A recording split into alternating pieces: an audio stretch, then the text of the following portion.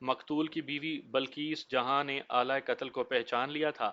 وہ مذکورہ خنجر اپنی ایک دیرینہ ملازمہ رسولن کے بیٹے میرو کے پاس دیکھ چکی تھی۔ واردات کے وقت اتفاق سے بنگلے میں ملک نواز کے سوا مالکان میں سے کوئی بھی نہیں تھا۔ ملک صاحب کی بیوی اپنے بیٹے کو لینے ایئرپورٹ گئی ہوئی تھی، جو امریکہ سے آ رہا تھا۔ جب وہ ایئرپورٹ سے واپس گھر پہنچی تو ملک صاحب اس جہان فانی سے کوچ کر چکے تھے۔ بلقیس جہاں نے ہی روتے ہوئے فون پر پولیس کو اطلاع دی تھی۔ پھر پولیس نے شام سے پہلے پہلے میرو کو ملک صاحب کے قتل کے الزام میں گرفتار کر لیا تھا۔ ملک صاحب کی خوابگاہ میں موجود کپڑوں کی الماری میں سے 1 لاکھ روپے کے کرنسی نوٹ بھی غائب تھے۔ بلقیس جہاں کے بقول ملک صاحب نے یہ رقم واردات سے 1 روز پیشتر کپڑوں کی الماری میں رکھی تھی۔ خوابگاہ کی حالت سے پتہ چلتا تھا کہ کوئی چوری ہی کی نیت سے وہاں گھسا تھا۔ پھر شاید ملک صاحب کی آنکھ کھل گئی اور چور انہیں موت کی نیند سلا کر وہاں سے چلتا بنا۔ پولیس کے لیے یہ ایک آسان کیس تھا۔ انہوں نے بلقیس جہاں کی رپورٹ پر میرو کو ہتھ کڑی پہنا کر حوالات میں بند کر دیا۔ پھر دوسرے روز اسے عدالت میں پیش کر کے 7 روز کا ریمانڈ لے لیا۔ آلہ قتل کو عدالت کی ہدایت کے مطابق فنگر پرنٹس ٹیسٹ کے لیے بھیج دیا گیا۔ میں اس سے زیادہ اور کچھ نہیں جانتا تھا، اور اب ملزم میرو کی بوڑھی ماں میرے سامنے بیٹھی فریاد کناں تھی کہ میں اس کے بیٹے کی زندگی بچا لوں۔ پوری کتھا سننے کے بعد میں نے کہا، رسولن بی بی، میں ان وکیلوں میں سے نہیں جنہیں محض اپنی فیس سے غرض ہوتی ہے۔ اگر آپ کا بیٹا بے گناہ ہے تو میں اسے سزا سے بچانے کی پوری کوشش کروں گا۔ میرو اس وقت کس تھانے کی حوالات میں ہے؟ اس نے متعلقہ تھانے کا نام بتایا، پھر کہا، وکیل صاحب، میں نے آپ کو پوری کہانی کی تفصیل سنا دی ہے۔ کوئی کمی رہ گئی ہو تو آپ میرو سے پوچھ سکتے ہیں۔ آپ جو کہیں گے میں کرنے کو تیار ہوں۔ بس آپ میرے میرو کو ظالم پولیس والوں سے بچا لیں۔ انہوں نے گزشتہ رات اس بے گناہ پر بہت تشدد کیا ہے اور اسے مجبور کرتے رہے ہیں کہ وہ اپنے جرم کا اقرار کر لے، مگر اس خدا کے بندے نے جیسے چپ سادھ لی ہے۔ خاموشی سے پٹتا رہا لیکن ایک لفظ بول کر نہیں دیا۔ آخر وہ کب تک ان کے ظلم کو برداشت کرتا رہے گا؟ میں نے اسے بولنے دیا۔ وہ زخمی ممتا کی آواز تھی۔ میں اہم نکات نوٹ کرتا جا رہا تھا۔ جب وہ دل کی بھڑاس نکال چکی تو میں نے کہا، ٹھیک ہے، آپ باہر جا کر انتظار گاہ میں بیٹھیں، میں اپنے دیگر موکلوں سے فارغ ہونے کے بعد آپ کے ساتھ تھانے چلتا ہوں۔ میں نے انتظار گاہ میں بیٹھے ہوئے موکلوں کو جلدی جلدی فارغ کیا، پھر رسولن بی بی کی فراہم کردہ معلومات کے مطابق کچھ ضروری تیاری کی اور اسے اپنی گاڑی میں بٹھا کر اس کے بتائے ہوئے تھانے کی جانب چل پڑا۔ رسولن بی بی اور پھر بعد میں اس کیس کے دیگر کرداروں سے مجھے جو معلومات حاصل ہوئیں، ان میں سے غیر ضروری باتوں کو حذف کرتے ہوئے میں تفصیل گوش گزار کرتا ہوں تاکہ آپ بآسانی اس کیس کے پس منظر کو سمجھ سکیں۔ ملک نواز کا تعلق ایک لوور مڈل کلاس گھرانے سے تھا۔ اس کی والدہ اسے جنم دینے کے 2 گھنٹے بعد ہی اللہ کو پیاری ہو گئی تھی۔ وہ اپنے والدین کی واحد اولاد تھا۔ باپ ملک غفار علی نے عمر بھر دوسری شادی نہیں کی اور حسب استطاعت نواز علی کی پرورش کرتا رہا۔ بسات بھر تعلیم بھی دلوا دی۔ چونکہ وہ ایک سرکاری محکمے میں معمولی سا کلرک تھا، اس لیے نواز علی ایسی تعلیمی ڈگریاں حاصل کرنے میں ناکام رہا جن پر عام طور پر فخر کیا جاتا ہے۔ گریجویشن کے بعد اسے ایک ٹیکسٹائل انڈسٹری میں مشین اپرنٹس کے طور پر ملازمت مل گئی۔ چند سال کے بعد باپ نے اس کی شادی کر دی۔ شادی کے وقت نواز علی کی عمر لگ بھگ 24 سال تھی اور فیکٹری سے اسے معقول تنخواہ مل رہی تھی۔ نعیمہ نواز علی کی دور پار کی رشتہ دار تھی۔ والدین کی وفات کے بعد اسے رشتے کے ایک چچا نے پالا تھا۔ پھر میٹرک کے بعد چچا نے نعیمہ کی شادی کر کے گویا سر سے ذمہ داری کا ایک بہت بڑا بوجھ اتار دیا تھا۔ نعیمہ عمر میں نواز علی سے قریب قریب 8 سال چھوٹی تھی۔ نواز علی کی شادی کے 2 ماہ بعد ہی ملک غفار علی کا ایک حادثے میں انتقال ہو گیا۔ اپنی آخری سانسوں کے دوران میں ملک غفار علی نے بیٹے کو نصیحت کی تھی، نواز بیٹا، زندگی میں کامیابی کے لیے کسی ہیرا پھیری اور بے ایمانی سے کام نہیں لینا۔ میں جانتا ہوں کہ اس دنیا سے رخصت ہوتے وقت میں تمہارے لیے کچھ بھی نہیں چھوڑے جا رہا ہوں، مگر تم میری مجبوریوں کو تو سمجھتے ہی ہو۔ میں اتنا کہہ کر وہ ہمیشہ کے لیے خاموش ہو گیا تھا۔ ملک نواز علی نے زندگی بھر باپ کی نصیحت کے برعکس عمل کیا۔ دولت جائیداد، نمود و نمائش ہمیشہ سے اس کا خواب رہے تھے۔ وہ چاہتا تھا کہ اس دنیا کی ہر آسائش اس کی دسترس میں ہو، اور صراط مستقیم پر چلتے ہوئے اسے دور دور تک اپنی کامیابی کے امکانات نظر نہیں آتے تھے۔ اس کے ساتھ ایک بدقسمتی یہ بھی تھی کہ وہ بلا شبہ ایک بدصورت شخص تھا۔ عام شکل و صورت کی لڑکی بھی اس سے دو باتیں کرنے کی روادار نہیں تھی۔ وہ تو ملک غفار علی نے جانے کیا چکر چلایا تھا کہ نعیمہ کو بیاہ لایا تھا، ورنہ نواز علی کو تو امید نہیں تھی کہ کبھی اس کی خزاں رسیدہ زندگی میں بھی بہار کا جھونکا آئے گا۔ وہ آئینے میں اپنی صورت دیکھ کر دل گرفتہ ہو جاتا تھا۔ اس کے دل میں شدت سے یہ خواہش سر ابھارتی تھی کہ اس دنیا کی ہر خوبصورت لڑکی اسے حاصل ہو جائے۔ وہ چہرے مہرے کے ساتھ ساتھ اپنے قد و قامت سے بھی مار کھا گیا تھا۔ جب تک اسے باپ کے فنڈز وغیرہ نہیں مل گئے وہ بامر مجبوری ملازمت کرتا رہا۔ پھر فنڈز وصول کرتے ہی اس نے نوکری پر لات مار دی اور محلے ہی میں کپڑے کی ایک چھوٹی سی دکان کھول لی۔ نوکری اس کے مزاج اور عزائم سے لگا نہیں کھاتی تھی۔ الغرض اپنے ٹیلنٹ سے استفادہ کرتے ہوئے ملک نواز علی 20 سال کی محنت شاقہ کے بعد شہر کے چند بڑے بڑے صنعت کاروں میں شمار ہونے لگا۔ کہا جاتا ہے کہ دولت بیوی کے نصیب سے اور اولاد شوہر کے مقدر سے ملتی ہے۔ اس سلسلے میں نعیمہ کی قسمت نے زیادہ زور مارا تھا اور نواز علی دن دگنی رات چگنی ترقی کرتا چلا گیا۔ شادی کے دوسرے سال ان کے یہاں ایک بیٹے نے جنم لیا۔ پھر اس کے بعد نعیمہ کے کوئی اولاد نہیں ہوئی۔ دولت ٹوٹ کر برسی تو نواز علی کی دبی ہوئی نا آسودہ خواہشات ایک ایک کر کے سر ابھارنے لگیں۔ اب اس کے ارد گرد خوبصورت تتلیوں کا ایک میلہ سا لگا رہتا تھا۔ کچھ عرصے تک تو ملک صاحب کی غیر نصابی سرگرمیاں نعیمہ سے پوشیدہ رہیں، پھر سب کچھ روزے روشن کی طرح عیاں ہو گیا۔ جس حد تک برداشت ہو سکتا تھا نعیمہ بیگم نے کیا، پھر اس کی قوت برداشت جواب دے گئی اور وہ کھاٹ سے جا لگی۔ وہ اپنے شوہر سے بے اندازہ محبت کرتی تھی۔ اس کی کج ادائی اور بے وفائی نے نعیمہ کو جیتے جی سپرد موت کر دیا تھا۔ وہ 10 سال بلڈ کینسر جیسے موذی مرض میں مبتلا رہ کر چل بسی۔ نعیمہ کی موت کے 1 سال بعد ہی نواز علی نے اپنی حسین و جمیل سیکٹری بلقیس جہاں سے شادی رچا لی۔ اب اس شادی کو بھی تقریباً 1 سال گزر چکا تھا۔ نواز علی سے کسی کو ایسی حرکت کی کوئی امید نہیں تھی۔ کافی عرصے تک اس کے قریبی حلقوں میں چہ میں گوئیاں ہوتی رہیں، پھر سب کچھ نارمل ہو گیا۔ سمجھدار لوگوں کا متفقہ خیال یہ تھا کہ بلقیس جہاں نے ملک صاحب کو الو کا گوشت کھلا دیا تھا۔ 49 سالہ ملک نواز علی نے 22 سالہ بلقیس جہاں سے بیاہ رچا کر خود کو سوالیہ نشان بنا لیا تھا۔ ملک صاحب کا اکلوتا بیٹا برکت امریکہ میں MBA کر رہا تھا۔ نواز علی خود تو اعلیٰ تعلیم حاصل نہیں کر سکا تھا، اس لیے وہ اپنی محرومی کا ازالہ بیٹے کو زیادہ سے زیادہ تعلیم دلوا کر کرنا چاہتا تھا۔ برکت نواز علی کے لیے ناپسندیدگی کا جذبہ رکھتا تھا، جس کی بڑی وجہ نواز علی کا برکت کی ماں نعیمہ سے نامناسب رویہ تھا۔ برکت نے ہمیشہ ماں کی حمایت کی تھی، پھر نعیمہ کی وفات کے بعد تو وہ باپ کی طرف سے بالکل ہی بد دل ہو گیا تھا۔ چنانچہ جب بلقیس جہاں اس گھر کی نئی مالکہ کے روپ میں نیاز علی کی بیوی بنی تو برکت کے تن بدن میں جیسے آگ سی لگ گئی ہو۔ وہ یہ کیسے برداشت کر سکتا تھا کہ کوئی اس کی ماں کی جگہ لے، اور ایسی صورت میں کہ اس کی ماں نعیمہ نے بڑی قسم پرسی کی حالت میں جان دے دی تھی۔ برکت نے گزشتہ 1 سال سے پلٹ کر پاکستان کا رخ نہیں کیا تھا، حالانکہ وہ اگر چاہتا تو سال میں 4 چکر بآسانی لگا سکتا تھا۔ وہ ایک طرف اپنے باپ سے برگشتہ تھا تو دوسری جانب اپنی سوتیلی ماں کی صورت دیکھنے کا روادار نہیں تھا۔ والد کے بے حد اصرار اور منت سماجت کے بعد وہ چند روز کے لیے کراچی آیا تھا، مگر ملک نواز اس کی آمد سے پیشتر ہی دوسری دنیا کو سدھار گیا تھا۔ رسولن بی بی کو ملک نواز علی کی چاکری میں کم و بیش 15 سال ہو گئے تھے۔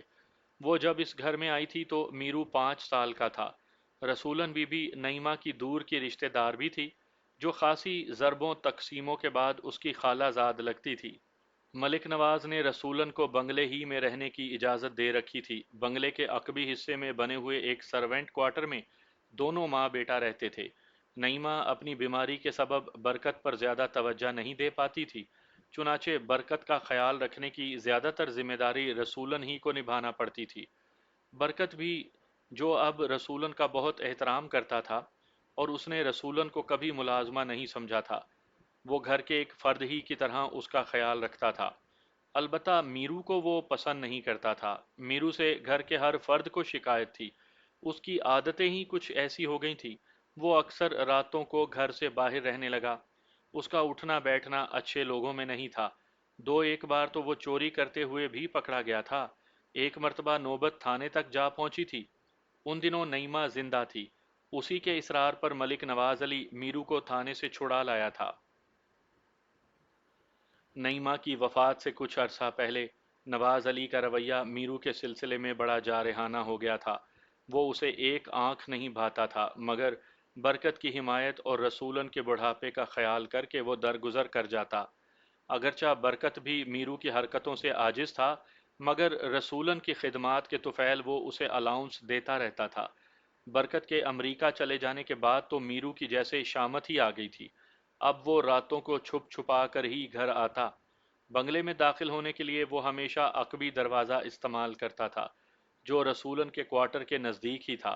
سب کچھ ٹھیک ٹھاک ہی چل رہا تھا کہ بلقیس جہاں کی آمد نے بنگلے کی پرسکون فضا میں ایک ہلچل سی مچا دی۔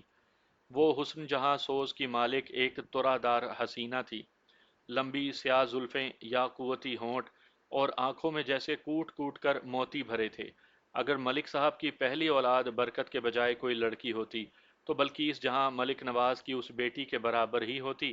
پھر دیکھنے میں ملک صاحب کسی بھی طور بلقیس جہاں کے قابل نظر نہیں آتے تھے۔ دولت کی چکا چوند نے شاید بلقیس جہاں کی آنکھوں پر پٹی باندھ دی تھی کہ وہ اندھیرے اور اجالے کی تمیز بھی کھو بیٹھی تھی۔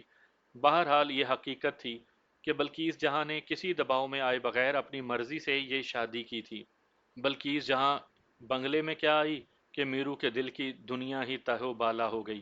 وہ آوارہ گرد چور اور لا ابالی سا نوجوان اس کی زلف گرا کا اسیر ہو گیا۔ وہ بلقیس جہاں کو دیکھ کر جی جی اٹھتا تھا، مگر اس کی یہ وارفتگی یک طرفہ تھی۔ بلقیس جہاں کو کانوں کان خبر نہیں تھی کہ کوئی اس کے نام کی مالا جپ رہا تھا۔ چند ماہ تک تو میرو نے اپنے سینے میں معجزن طوفان کی راہ میں بند باندھے رکھا۔ پھر اس کی حرکات و سکنات اس کی دلی کیفیات کی چغلی کھانے لگیں۔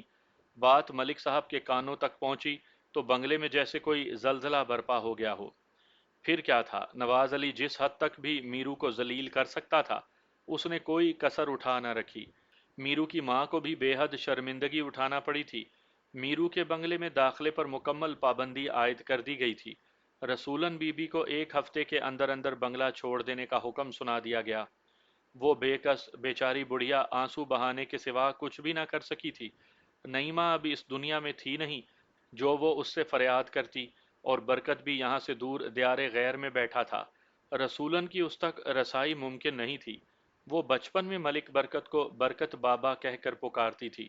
شاید یہ اس کی محبت کا ہی اثر تھا کہ وہ بعد میں برکت بابا کے نام سے مشہور ہو گیا تھا۔ اس گھر کا وارث جس گود کی نرمی و گرمی میں پل کر بڑا ہوا تھا، اس گود کی مالکہ کو چھت سے محروم کیا جا رہا تھا۔ شاید یہ اس کی انتھک خدمات کا صلہ تھا۔ اگر واقعی ایسا تھا تو رسولن بی بی کے ساتھ بہت برا ہوا تھا۔ اس کے بعد جو کچھ ہوا وہ اس سے کہیں زیادہ بھیانک تھا۔ میرو کے بنگلے سے بے دخل کیے جانے کے 2 روز کے بعد ملک نواز علی اپنی خوابگاہ میں مردہ پایا گیا۔ تھانے کے سامنے پہنچ کر میں نے اپنی گاڑی ایک جانب تھانے کی بیرونی دیوار کے ساتھ پارک کر دی۔ رسولن بی بی کو میں نے گاڑی میں ہی بیٹھے رہنے کی تاکید کی، پھر اپنا بریف کیس اٹھا کر گاڑی سے باہر آ گیا۔ جنوری کے مہینے میں شام جلدی ہو جاتی ہے۔ اس وقت شام کے 5:30 بج چکے تھے۔ سورج غروب ہونے میں بہت کم وقت باقی رہ گیا تھا۔ میں تھانے کے اندر پہنچا تو معلوم ہوا کہ ایس ایچ او صاحب تشریف نہیں رکھتے۔ میرے لیے یہ کوئی نئی اطلاع نہیں تھی۔ اکثر تھانوں میں تھانہ انچارج صاحبان عام طور پر شام کے بعد ہی تشریف لاتے ہیں۔ میں سیدھا ہیڈ محرر کے پاس چلا گیا۔ اسے تھانے میں اپنی آمد کی وجہ بتائی تو وہ ایک مخصوص انداز میں بولا، ایس ایچ او صاحب تو ابھی آئے نہیں، آپ ان کا انتظار کر لیں۔ میرا نام مرزا امجد بیگ ایڈوکیٹ ہے۔ میں نے اپنا تعارف کروایا۔ میرو کی ماں نے مجھے اس کا وکیل مقرر کیا ہے۔ میں میرو سے وکالت نامہ سائن کروانے آیا ہوں۔ اس معمولی سے کام کے لیے ایس ایچ او صاحب کی کیا ضرورت ہے؟ میرو قتل کا ملزم ہے جناب وکیل صاحب، اس نے مجھے قانون پڑھانے کی کوشش کرتے ہوئے کہا۔ ہم نے اس کا ریمانڈ لے رکھا ہے، ابھی ہماری تفتیش مکمل نہیں ہوئی۔ آپ اس سے عدالت کے کمرے میں ملاقات کر لیجئے گا جناب۔ وہاں بھی مل لوں گا، میں نے غصے کو ضبط کرتے ہوئے کہا۔ ابھی تو یہاں پر ملنا ضروری ہے۔ خیر، تھوڑی سی بحث و تمہیز کے بعد ہیڈ محرر نے ایک کانسٹیبل کی موجودگی میں مجھے میرو سے مختصر ملاقات کی اجازت دے دی۔ پولیس والوں کو اپنے دام میں لانے کے لیے بعض اوقات عجیب و غریب ہتھ کنڈے بھی آزمانا پڑتے ہیں، جن پر اگر علیحدہ سے ایک کتاب مرتب کی جائے تو بلا شبہ یہ ایک دلچسپ اور حیرت انگیز کتاب ثابت ہو سکتی ہے۔ بہرحال میں اس صورتحال کا عادی ہو چکا تھا، چنانچہ یہ میرے لیے کوئی نئی بات تو نہیں تھی۔ میرو حوالات میں سر جھکائے خاموش بیٹھا تھا۔ رسمی الیک سلیک کے بعد میں نے بریف کیس میں سے وکالت نامہ نکالا، پھر ایک بال پین میرو کی طرف بڑھاتے ہوئے کہا، یہاں پر دستخط کر دو۔ میں نے وکالت نامے پر ایک مخصوص جگہ پر انگلی رکھی۔ میرو ایک لمحے کے لیے ہچکچایا۔ میں نے اس کی ہچکچاہٹ کو نظر انداز کرتے ہوئے کہا، تمہاری ماں نے مجھے جو کچھ بتایا ہے اس کی روشنی میں نے تمہاری وکالت کی حامی تو بھر لی ہے، لیکن میں نے جان بوجھ کر اپنا جملہ ادھورا چھوڑا۔ وہ چونک کر میری جانب دیکھنے لگا۔ وہ 20-21 سال کا ایک گبرو جوان تھا، انتہائی خوبصورت نہ سہی لیکن وہ قبول صورت نوجوان تو ضرور تھا۔ وہ یقینی طور پر ایک صحت مند شخص تھا، مگر پولیس کی مہمان نوازی نے اس کی حالت بگاڑ رکھی تھی۔ اس کے بال بکھرے ہوئے تھے اور آنکھوں میں ویرانی جھانک رہی تھی۔ اس کے چہرے پر خوف نے ڈیرا ڈال رکھا تھا۔ جب وہ بولا تو اس کی آواز میں بھی اس خوف کی جھلک بڑی واضح محسوس ہوئی۔ لیکن کیا وکیل صاحب؟ وہ دستخط کر چکا تو بولا۔ میں نے دیکھا اس نے دستخط کے نام پر اپنے بائیں ہاتھ میں پکڑے ہوئے بال پین پر سے چند کیڑے مکوڑے بنا دیے تھے، جس سے صاف ظاہر تھا کہ پڑھنے لکھنے کے معاملے میں وہ کوڑا ہی تھا۔ میں نے کہا، میں تمہاری زبان سے سچ سننا چاہتا ہوں۔ حالانکہ رسولن کی بپتا سن کر مجھے اندازہ ہو گیا تھا کہ میرو بے گناہ تھا اور واقعی اسے کسی سوچے سمجھے منصوبے کے تحت پھانسا گیا تھا۔ اگر مجھے کہیں کسی گڑبڑ کا احساس ہوتا تو میں میرو کی وکالت کے لیے اپنی رضامندی کا اظہار ہرگز نہ کرتا۔ میرا دل گواہی دے رہا تھا کہ قتل میرو نے نہیں کیا ہوگا، مگر عدالت دل کی گواہی کو تسلیم نہیں کرتی۔ وہاں تو ٹھوس دلائل سے اپنی بات کو ثابت کرنا پڑتا ہے۔ اسی لیے میں میرو کو مزید ٹٹولنا چاہتا تھا تاکہ مجھے کچھ ایسے اشارے مل سکیں جن کی مدد سے میں اس کیس کو بہتر طور پر آگے بڑھا سکوں۔ وہ سوالیہ نظروں سے میری طرف دیکھ رہا تھا۔ میں نے پوچھا، جس رات ملک نواز علی کو قتل کیا گیا تم کہاں تھے؟ میں نے ملک صاحب کو قتل نہیں کیا جناب، وہ اٹک اٹک کر بولا۔ یہ میرے سوال کا جواب نہیں، میں نے نرمی سے کہا۔ میں یہ جاننا چاہتا ہوں کہ تم اس وقت کہاں تھے۔ میرے لیے یہ جاننا بہت ضروری ہے۔ وہ تذبذب کا شکار نظر آ رہا تھا۔ میں نے اس کا حوصلہ بڑھایا۔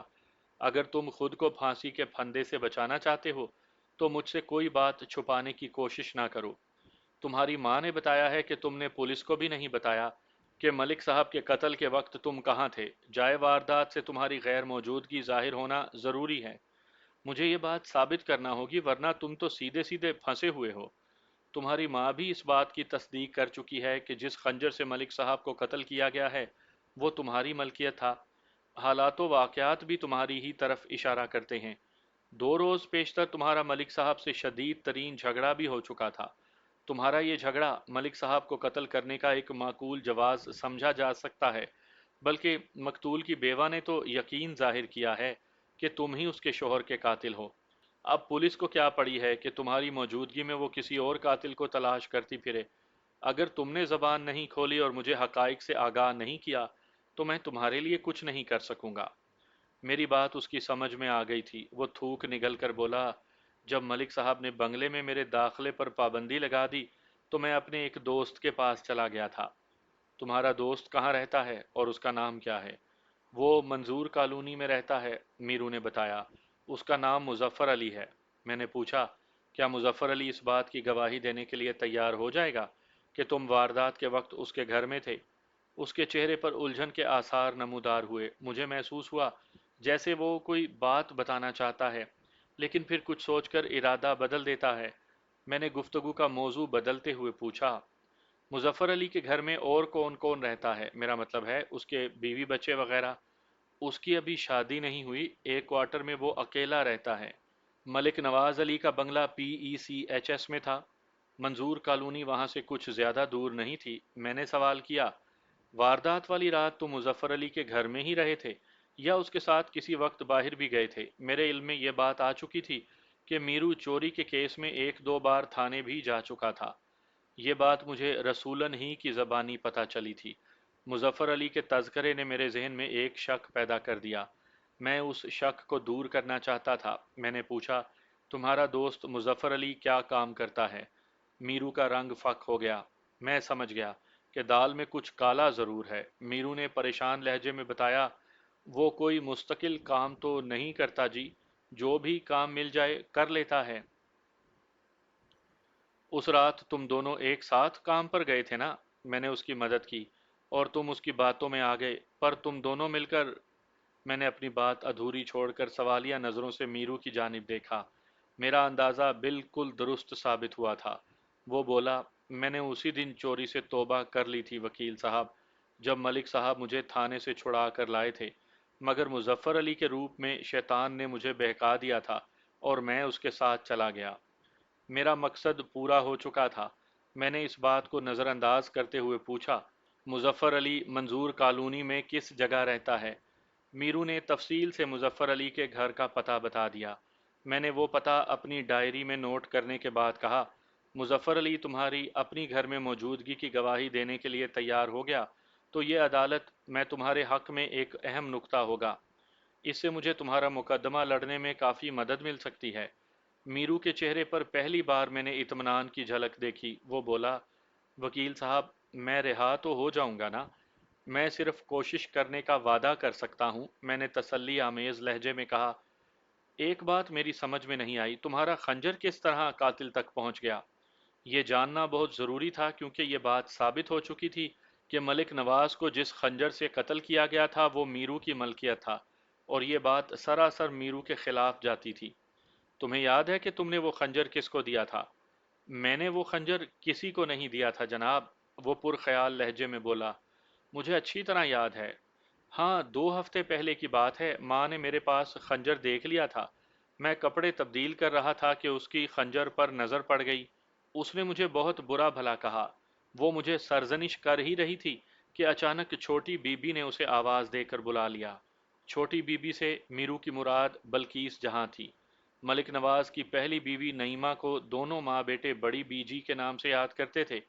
خنجر اس وقت ماں کے ہاتھ میں تھا، وہ جلدی میں خنجر بھی اپنے ساتھ ہی لے کر گئی تھی۔ جب وہ خاصی دیر تک واپس کوارٹر میں نہیں آئی تو میں تیار ہو کر باہر چلا گیا۔ میں نے سوچا تھا کہ رات کو ماں سے اس بارے میں بات کروں گا، مگر رات کو میں نے جب ماں سے خنجر کا تذکرہ کیا تو اس نے بتایا کہ اس نے وہ خنجر چھوٹی بی بی جی کو دے دیا ہے، اور چھوٹی بی بی جی نے کہا ہے کہ وہ اس خطرناک چیز کو خود پھینک دے گی۔ میں ماں کی بات سن کر خاموش ہو رہا۔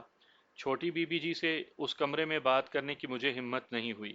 اس کے چہرے پر اچانک ایک رنگ سا آ گیا۔ اس رنگ میں ایک عجیب سا جوش محسوس کیا تھا میں نے، شاید وہ کوئی چور جذبہ جو ایک چور کے چہرے پر نمودار ہو گیا تھا۔ جب مجھے پتا چلا تھا کہ میرو نے پولیس والوں کو یہ بتانے سے انکار کر دیا ہے کہ وہ واردات والی رات کہاں تھا، تو میرے ذہن میں یہ خیال پیدا ہوا تھا کہ یقینی طور پر وہ کسی ایسی جگہ مصروف رہا ہوگا جس کا وہ اظہار کرنا مناسب نہیں سمجھتا ہوگا۔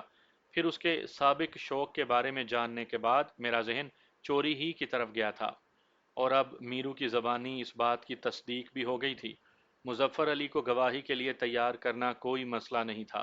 دوسری اہم بات، میں میرو سے خنجر کے بارے میں معلوم کرنا چاہتا تھا، اور اس سلسلے میں میرو نے جو کہانی سنائی تھی وہ اس کی ماں کی بیان سے مطابقت رکھتی تھی۔ اب کوئی خاص بات باقی نہیں رہ گئی تھی جو میرو سے پوچھی جاتی، اس لیے چند رسمی سے سوالات کر کے میں وہاں سے چلا آیا۔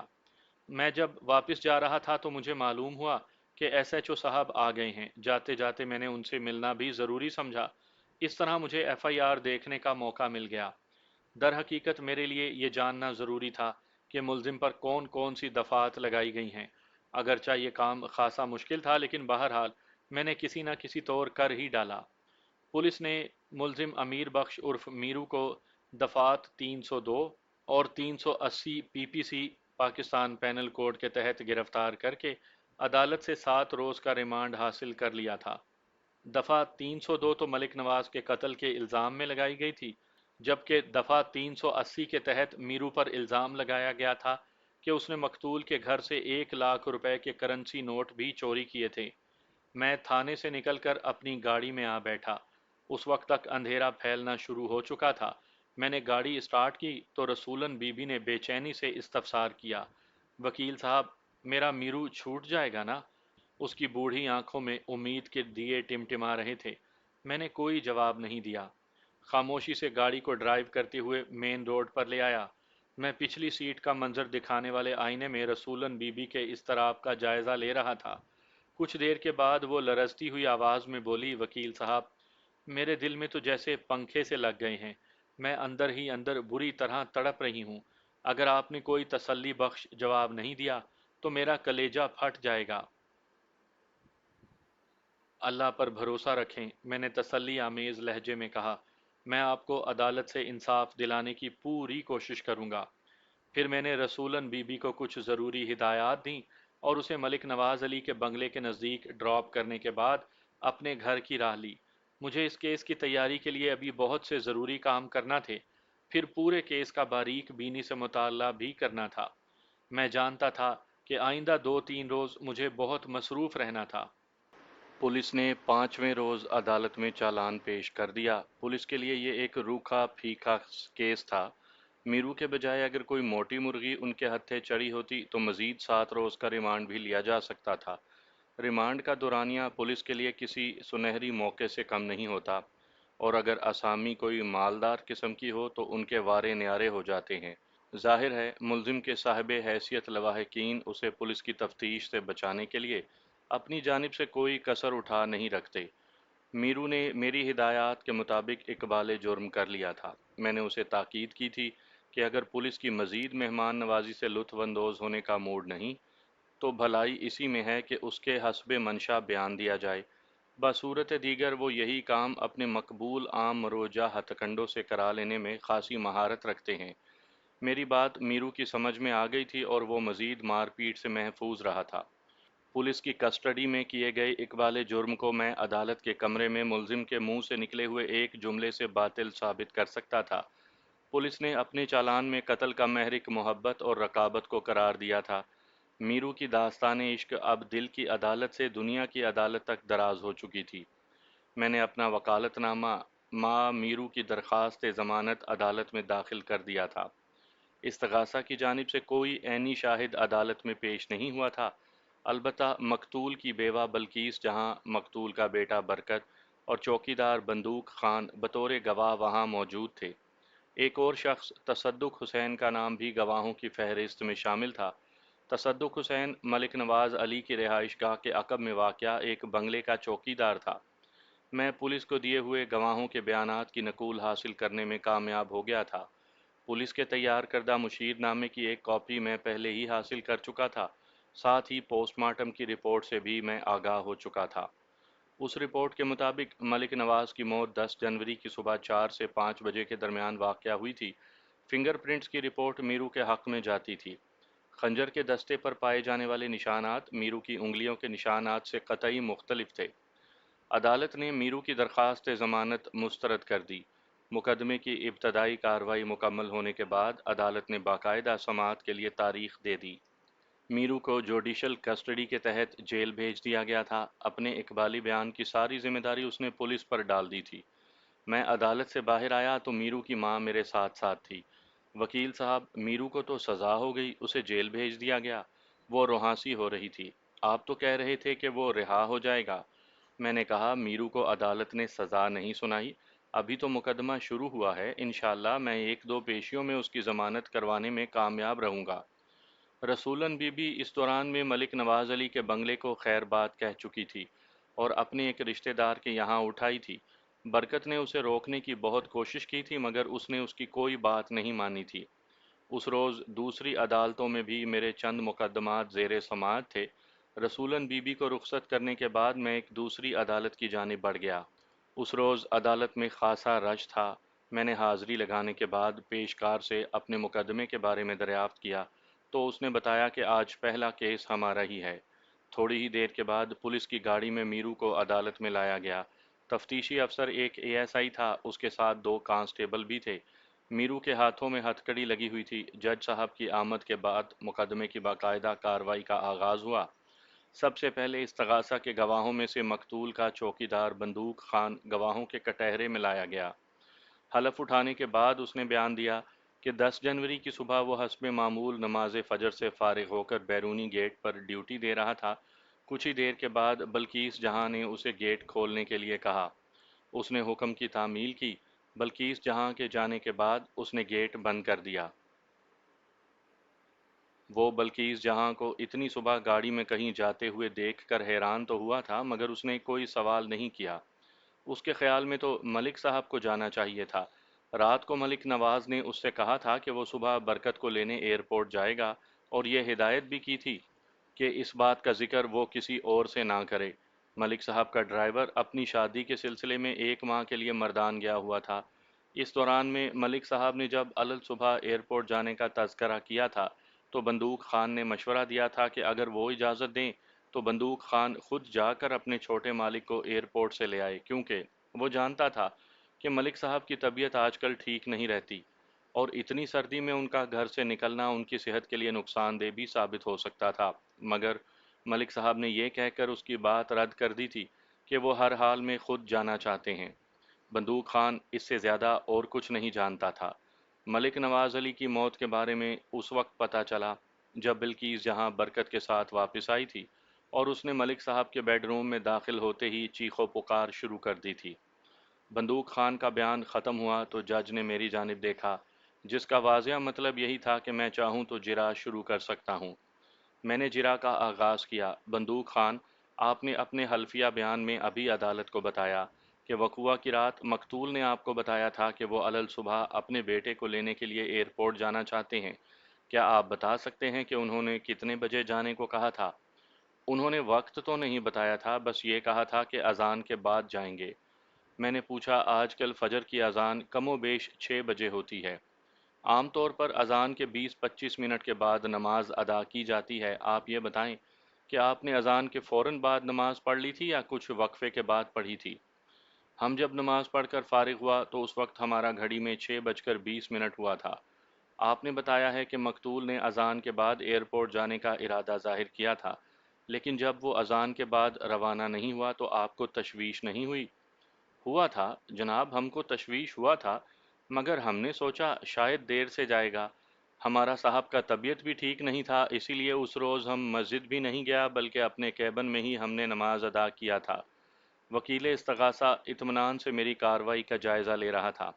ابھی تک اس نے میرے کسی سوال پر اعتراض نہیں کیا تھا۔ میں نے بندوق خان سے پوچھا، بندوق خان، جب مقتول کے بجائے اس کی بیوی گاڑی میں بیٹھ کر روانہ ہو رہی تھی تو آپ کو کچھ عجیب محسوس نہیں ہوا؟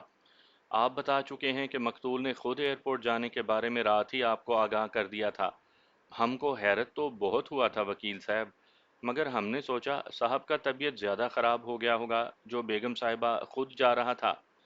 بندوق خان، میں نے اس کے چہرے پر نظریں جماتے ہوئے سوال کیا، آپ نے اپنی بیگم صاحبہ سے یہ پوچھنے کی کوشش کی تھی کہ ملک صاحب خود کیوں نہیں جا رہے؟ وہ ایک لمحے کے لیے گڑبڑا گیا، پھر جلدی سے بولا، نہیں جناب، ہم نے بیگم صاحبہ سے کچھ نہیں پوچھا تھا۔ بندوق خان، آپ نے پولیس کو جو بیان دیا تھا اس میں یہ بات درج ہے کہ جب آپ نے مقتول کے بجائے اس کی بیوی کو گاڑی نکالتے ہوئے دیکھا تو اس سے اس بارے میں پوچھا تھا۔ بلقیس جہاں نے آپ کو جواب دیا تھا کہ ملک صاحب رات بھر شدید تکلیف میں مبتلا رہے تھے، چنانچہ اس نے انہیں آرام کرنے کی تاکید کی تھی اور خود برکت کو لینے ایئرپورٹ جا رہی تھی۔ بندوق خان، آپ کے کون سے بیان کو درست سمجھا جائے؟ وہ تذبذب کا شکار نظر آنے لگا۔ اس نے پریشان نظروں سے بلقیس جہاں کی جانب دیکھا، پھر میری طرف دیکھ کر بولا، ہم نے پولیس کو ایسا کوئی بیان نہیں دیا۔ جناب اعلیٰ، میں نے جج کو مخاطب کرتے ہوئے کہا، پولیس نے گواہوں کے جو بیان عدالت میں پیش کیے ہیں ان میں بندوق خان کے بیان میں وہ بات موجود ہے جس کے لیے گواہ انکار کر رہا ہے۔ بیان کے نیچے گواہ کا نشان انگوٹھا بھی موجود ہے۔ جج نے بندوق خان سے کہا، وکیل صفائی کے سوال کا جواب دیا جائے۔ بندوق خان نے تھوک نگلتے ہوئے کہا، ہم کوئی پڑھا لکھا آدمی نہیں ہے جناب، پولیس نے ہم سے جو پوچھا ہم نے بتایا، ہم نے ایسا کوئی بات نہیں کہا تھا، پولیس نے اپنی طرف سے خود ہی لکھ لیا ہوگا۔ ٹھیک ہے بندوق خان، میں نے اپنے انداز میں ذرا سی تبدیلی کرتے ہوئے سوال کیا، بلقیس جہاں کی گاڑی کتنے بجے بنگلے سے روانہ ہوئی تھی؟ ہمارے کیبن میں دیوار کا گھڑی لگا ہوا ہے، بندوق خان نے بتایا۔ بیگم صاحبہ کے جانے کے بعد ہم گیٹ بند کر کے اپنے کیبن میں آ گیا تھا، اسی وقت ہمارا نظر گھڑی پر پڑا تھا۔ ٹھیک 6:30 بجے کا وقت تھا۔ جج نے اپنے کاغذات میں کچھ نوٹ کیا۔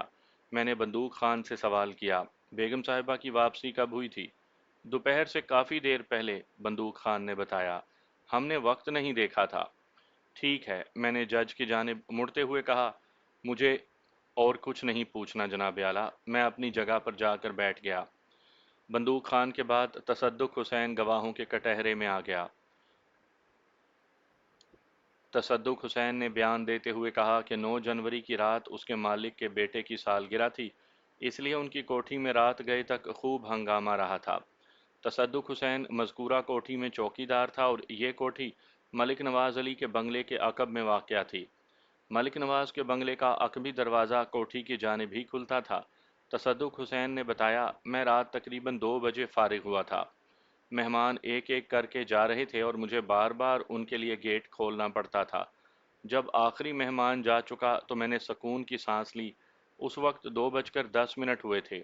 میں نے گیٹ کو اندر سے لاک کیا اور سونے کے لیے اپنے کوارٹر میں چلا آیا۔ ابھی مجھے سوئے ہوئے تھوڑی ہی دیر ہوئی تھی کہ میری آنکھ کھل گئی۔ مجھے اپنے پیٹ میں گڑبڑ کا احساس ہوا تو میں فوراً باتھ روم کی طرف چلا گیا۔ شاید رات کو زیادہ کھا لینے کی وجہ سے میرا پیٹ خراب ہو گیا تھا۔ باتھ روم میں اچھا خاصا وقت گزارنے کے بعد میں فارغ ہوا تو سوچا چلو جاگ تو گیا ہوں، کیوں نہ ایک چکر کوٹھی کے سامنے کے حصے کا بھی لگا لوں۔ میں نے اچھی طرح گھوم پھر کر تسلی کر لی۔ بیرونی گیٹ کے تالے کو چیک کرنے کے بعد میں اپنے کوارٹر کی جانب جانے کے بارے میں سوچ رہا تھا کہ میں نے ملک صاحب کے پچھواڑے ایک شخص کو مشکوک انداز میں سے گزرتے ہوئے دیکھا۔ اس نے سردی سے بچنے کے لیے چادر کی بکل مار رکھی تھی۔ میں نے اس بات کا کوئی خاص نوٹس نہیں لیا اور اپنے کوارٹر میں جا کر سو رہا۔ دوسرے روز ملک صاحب کے قتل کا چرچا ہوا تو مجھے وہ پراسرار شخص یاد آ گیا۔ پھر پولیس کے پوچھنے پر میں نے سب کچھ صاف صاف بتا دیا۔ تصدق حسین نے پولیس کو جو بیان دیا تھا کم و بیش ویسا ہی بیان اس نے آج بھی دیا۔ مجھے امید نہیں تھی کہ اس سے کوئی کام کی بات معلوم ہو سکے گی۔ میں خواہ مخواہ جرا کر کے عدالت کا وقت ضائع نہیں کرنا چاہتا تھا۔ میری جانب سے جب کسی خاص رد عمل کا اظہار نہیں ہوا تو جج نے اگلے گواہ کو پیش کرنے کا حکم دیا۔ اگلا نمبر برکت کا تھا۔ وہ بیچارہ یہاں پہنچتے ہی مشکلات میں گر گیا تھا۔ پہلے تو باپ کی موت کا صدمہ ہی کچھ کم نہیں تھا اور اب پولیس اور کورٹ کے چکر نے اسے خاصا پریشان کر رکھا تھا۔ باپ سے اس کے لاکھ اختلافات سہی، لیکن بہرحال وہ اس کا باپ تھا۔ رسولن کی زبانی مجھے برکت کے بارے میں بہت کچھ معلوم ہو چکا تھا، جس کے مطابق وہ ایک نہایت ہی معقول اور سمجھدار شخص تھا۔ اس نے اپنا طویل بیان مکمل کیا تو میں نے رسولن سے حاصل شدہ معلومات کی روشنی میں جرا شروع کی۔ برکت صاحب، آپ نے بتایا ہے کہ آپ اپنے والد کی دوسری شادی سے خوش نہیں تھے اور آپ نے ان سے عرصہ ہوا قطع تعلق کر رکھا تھا، پھر آپ اپنی اچانک آمد کی وجوہات بتائیں گے؟ مجھے اعتراض ہے جناب، وکیل استغاثہ نے اپنی جگہ سے اٹھ کر تیز آواز میں کہا۔ جناب اعلیٰ، فاضل وکیل کا سوال غیر متعلق ہے، موجودہ مقدمے سے اس کا کوئی تعلق نہیں۔ میں نے جج کو مخاطب کرتے ہوئے کہا، جناب اعلیٰ یہ سوال غیر متعلق نہیں ہے۔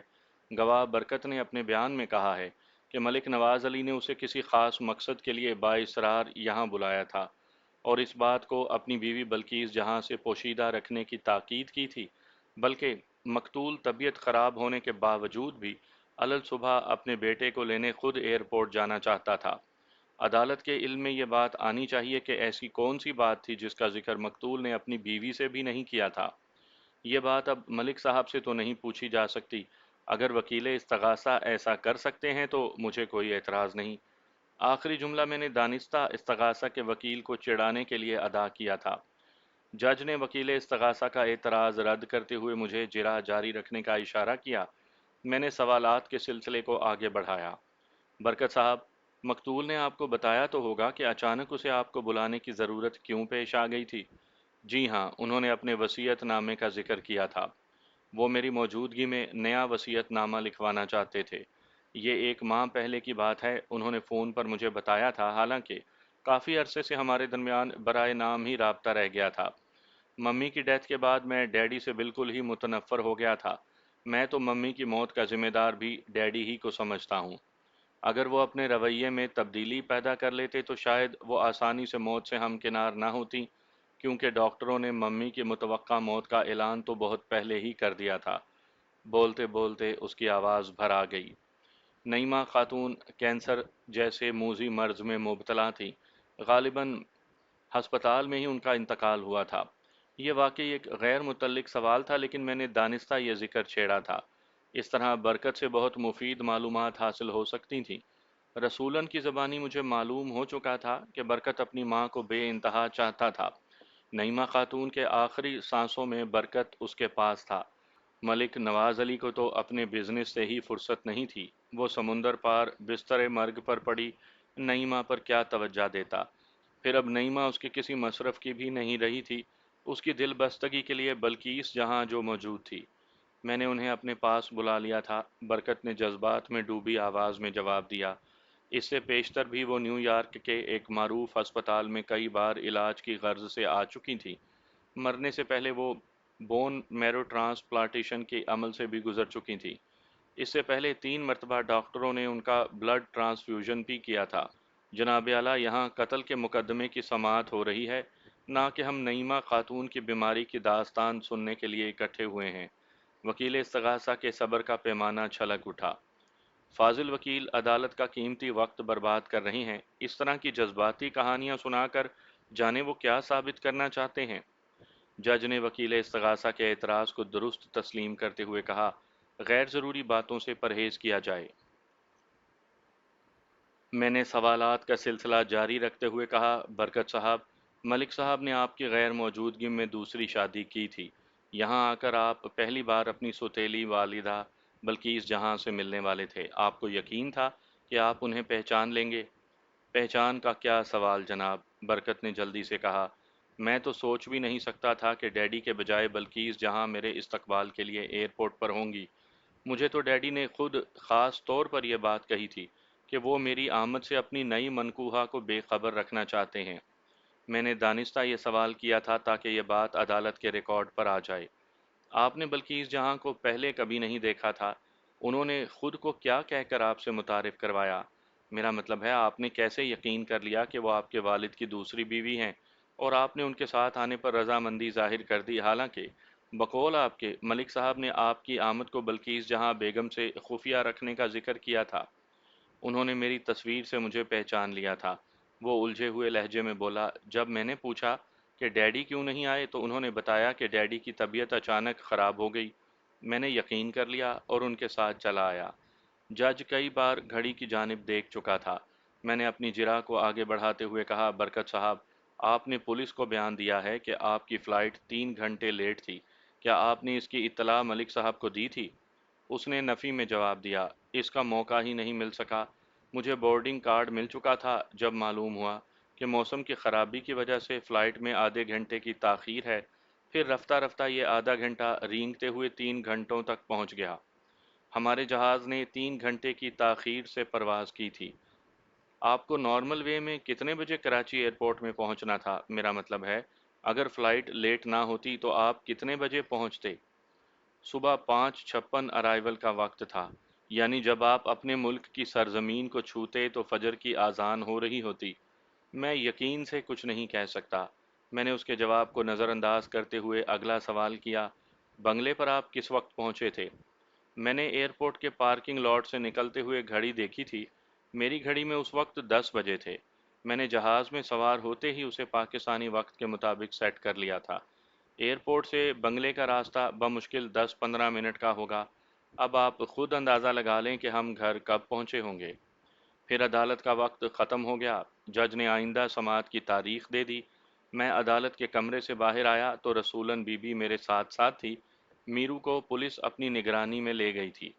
میں رسولن کو تسلی دے کر رخصت کر چکا تو مجھے کسی نے پیچھے سے آواز دے کر مخاطب کیا، وکیل صاحب 1 منٹ۔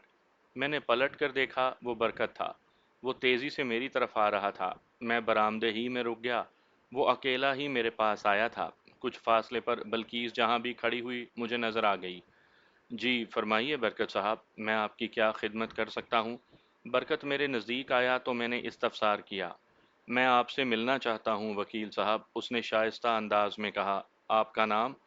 میں نے کہا، مجھے مرزا امجد بیگ ایڈوکیٹ کہتے ہیں۔ آپ مجھ سے کیوں ملنا چاہتے ہیں؟ وہ کن اکھیوں سے بلقیس جہاں کی جانب دیکھتے ہوئے بولا، میں آپ سے کچھ ضروری باتیں کرنا چاہتا ہوں۔ اس کے پراسرار انداز نے میرے دل میں تجسس پیدا کر دیا تھا۔ میں نے دھیمی آواز میں کہا، آپ کل میرے دفتر تشریف لے آئیں۔ میں نے جیب سے اپنا وزٹنگ کارڈ نکال کر اسے تھماتے ہوئے کہا، کل عدالت میں میرا کوئی کیس نہیں، میں پورا دن اپنے دفتر میں ہی گزاروں گا۔ آپ 11 بجے کے بعد کسی بھی وقت تشریف لے آئیں۔ اس نے چپکے سے کارڈ مجھ سے لے کر اپنی جیب میں رکھ لیا، پھر میرا شکریہ ادا کرتے ہوئے وہاں سے چلا گیا۔ وہ جب تک میرے پاس کھڑا رہا تھا، میں نے محسوس کیا تھا کہ اس دوران میں بلقیس جہاں بے چین نظروں سے ہماری جانب ہی دیکھتی رہی تھی، میں اس پر توجہ دیے بغیر آگے بڑھ گیا۔ دوسرے روز ٹھیک 11 بجے وہ میرے دفتر میں موجود تھا۔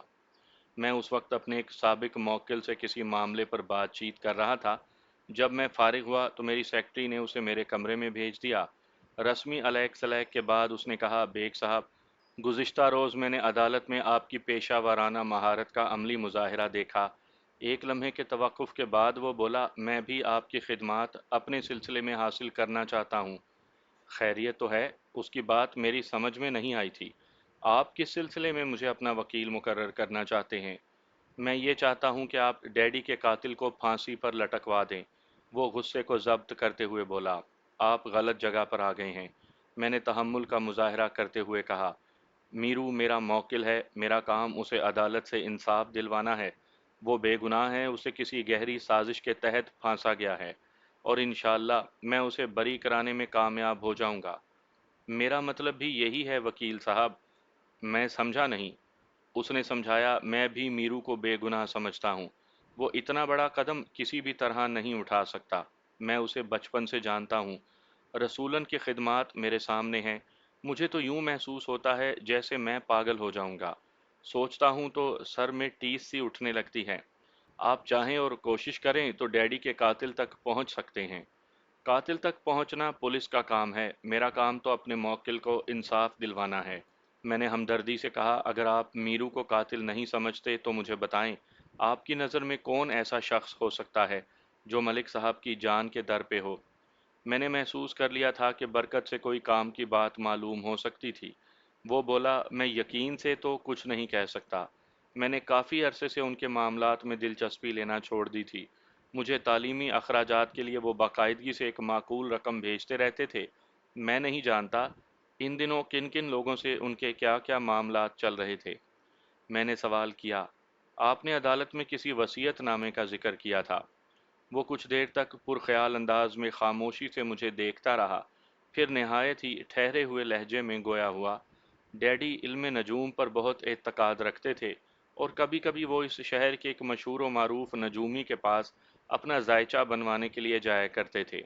ڈیڈی نے جب مجھے پاکستان بلانے کے لیے اصرار کیا تھا تو بتایا تھا کہ ان کے نجومی نے ان کے لیے خراب وقت کی پیش گوئی کی تھی اور کچھ مفید مشورے بھی دیے تھے۔ ڈیڈی نجومی کے ان مشوروں کی روشنی میں اپنی وصیت میں کچھ تبدیلی کر کے نئی وصیت لکھوانا چاہتے تھے۔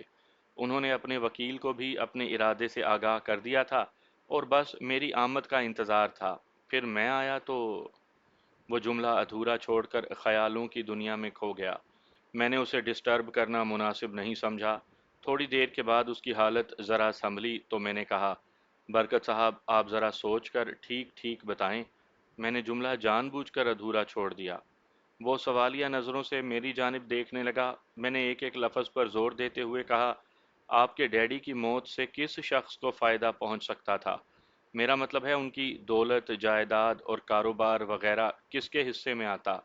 ظاہر ہے ان کی بیوی بلقیس جہاں اور میں ان کا بیٹا دو ہی ایسے افراد ہو سکتے ہیں جو ان کی وفات کے بعد ہر چیز کے حقدار ہیں۔ آپ کو معلوم ہے کہ ملک صاحب جس وصیت نامے میں تبدیلی کے خواہاں تھے، اس میں درج وصیت کی نوعیت کیا تھی؟ میں نے کبھی یہ جاننے کی کوشش نہیں کی۔ ملک صاحب کے وکیل کو ملک صاحب کی موت کا پتہ تو چل گیا ہوگا۔ آپ کی ان سے ملاقات ہوئی؟ میری فون پر ان سے بات ہو چکی ہے لیکن ابھی ملاقات نہیں ہو سکی، برکت نے بتایا۔ 9 جنوری کی صبح سڑک پار کرتے ہوئے ایک تیز رفتار موٹر سائیکل نے انہیں ٹکر مار دی تھی، جس کے نتیجے میں ان کی دائیں ٹانگ میں فریکچر ہو گیا۔ وہ اس روز سے بیڈ پر پڑے ہیں۔ اب میں ان سے گھر پر ہی ملاقات کے بارے میں سوچ رہا ہوں۔ حادثے کے بارے میں سن کر میں چونک پڑا، اور فوری طور پر میرا ذہن ایک شناسا وکیل فیروز چغتائی کی طرف چلا گیا۔ میں نے پوچھا، ملک صاحب کے وکیل کا نام فیروز چغتائی تو نہیں ہے؟ جی ہاں بالکل، آپ انہیں جانتے ہیں کیا؟ چند پیشہ وارانہ ملاقاتیں رہی ہیں، میں نے کہا۔ آج شام گھر پر ان سے مل لیا جائے تو کیسا رہے گا؟ بہت اچھا رہے گا، اگر آپ چاہیں تو میں بھی آپ کے ساتھ چلوں۔ ضرور چلیں، میں نے خوش دلی سے کہا۔ فیروز چغتائی صاحب اس کیس میں ہماری خاصی مدد کر سکتے ہیں۔ کچھ دیر ہمارے درمیان اس کیس سے متعلق گفتگو ہوتی رہی، پھر دوبارہ آنے کا کہہ کر برکت رخصت ہو گیا۔ فیروز چغتائی سے مجھے بہت کارآمد معلومات حاصل ہوئیں۔ اس نے کچھ ایسی باتیں بھی بتائیں جن سے میرے بعض شکوک یقین میں بدل گئے۔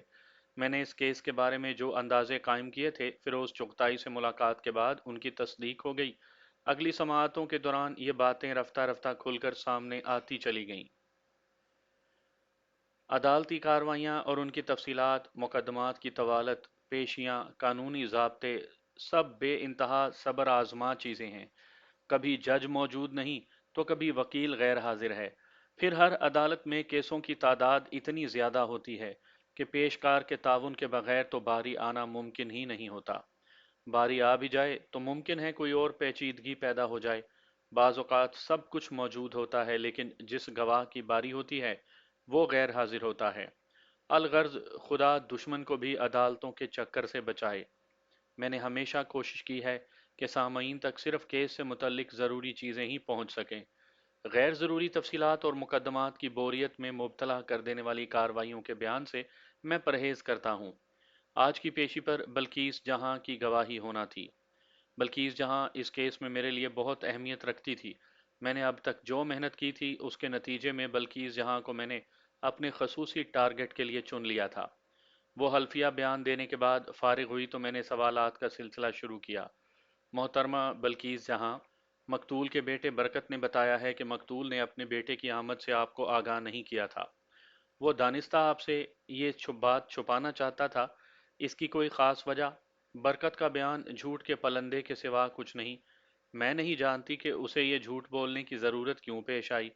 یعنی آپ مقتول کے بیٹے کی آمد سے باخبر تھیں؟ میرا مطلب ہے مقتول نے آپ کو سب کچھ بتا رکھا تھا۔ وہ مجھ سے کوئی بات نہیں چھپاتے تھے۔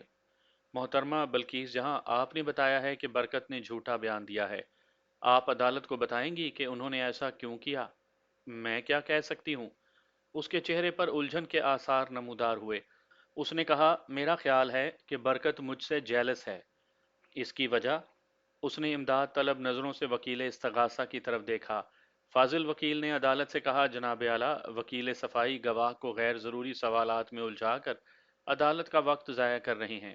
میں نے کوئی غیر ضروری سوال نہیں کیا جناب، میں نے جج کی طرف دیکھتے ہوئے کہا۔ اس سوال کا جواب بہت ضروری ہے۔ مقتول نے اپنے بیٹے کو کسی ضروری کام کے لیے بلایا تھا۔ وہ اس کی موجودگی میں اپنی وصیت میں کوئی تبدیلی کروانا چاہتا تھا۔ یہ بات اس نے اپنی اہلیہ سے بھی پوشیدہ رکھی تھی۔ یہ حقیقت بھی عدالت کے علم میں آ چکی ہے کہ برکت مقتول کی بلقیس جہاں سے شادی پر خوش نہیں تھا۔ وہ اپنی والدہ نعیمہ خاتون کی موت کا ذمہ دار مقتول کو سمجھتا تھا۔ اسی حوالے سے وہ بلقیس جہاں کو سخت ناپسند کرتا تھا۔ پھر بلقیس جہاں وہ ہستی ہے جس نے مقتول کو آخری بار زندہ دیکھا تھا۔ جج نے وکیل استغاثہ کے اعتراض کو مسترد کرتے ہوئے مجھے جرا جاری رکھنے کی اجازت دے دی۔ میں نے سوالات کے سلسلے کو آگے بڑھاتے ہوئے کہا، محترمہ بلقیس جہاں، آپ کے خیال میں برکت آپ سے جیلس ہے۔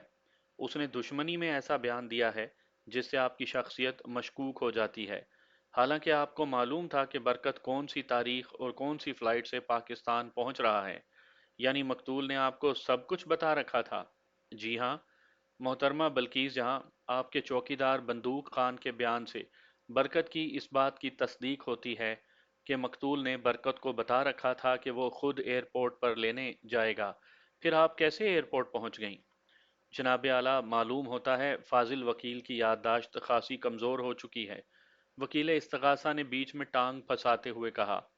بندوق خان نے پولیس کو بتایا تھا کہ اس نے مقتول کے بجائے جب بلقیس جہاں کو ایئرپورٹ کے لیے روانہ ہوتے ہوئے دیکھا تو اس کی وجہ دریافت کی تھی، اور بلقیس جہاں نے کوئی وجہ بھی بتائی تھی۔ وکیل صاحب ذرا ذہن پر زور دیں۔ ذہن پر زور دینے کی آپ کو زیادہ ضرورت ہے وکیل صاحب، میں نے مسکرا کر وکیل استغاثہ سے کہا۔ آپ اپنا ریکارڈ درست فرما لیں۔ گواہ بندوق خان فاضل عدالت میں اس بات سے انکار کر چکا ہے کہ اس نے اس نوعیت کا کوئی بیان پولیس کو دیا تھا۔ غیر ضروری بحث سے پرہیز کیا جائے، جج نے حکم دیا، پھر مجھے جرا جاری رکھنے کا اشارہ کیا۔ میں نے کہا، محترمہ بلکیس جہاں، آپ کو کیسے معلوم ہوا کہ برکت علی علل صبح کراچی پہنچ رہے ہیں؟ مجھے ملک صاحب نے بتا رکھا تھا اور انہی کے کہنے پر میں ایئرپورٹ گئی تھی۔ آپ نے گھر سے نکلتے وقت یہ تصدیق کر لی تھی کہ فلائٹ اپنے وقت پر پہنچ رہی ہے؟ میں نے اس کی ضرورت محسوس نہیں کی۔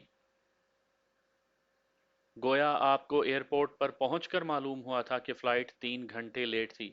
جی ہاں، محترمہ بلکیس جہاں، آپ نے ایئرپورٹ کے باہر 3 گھنٹے انتظار کرنے کو کیوں ترجیح دی؟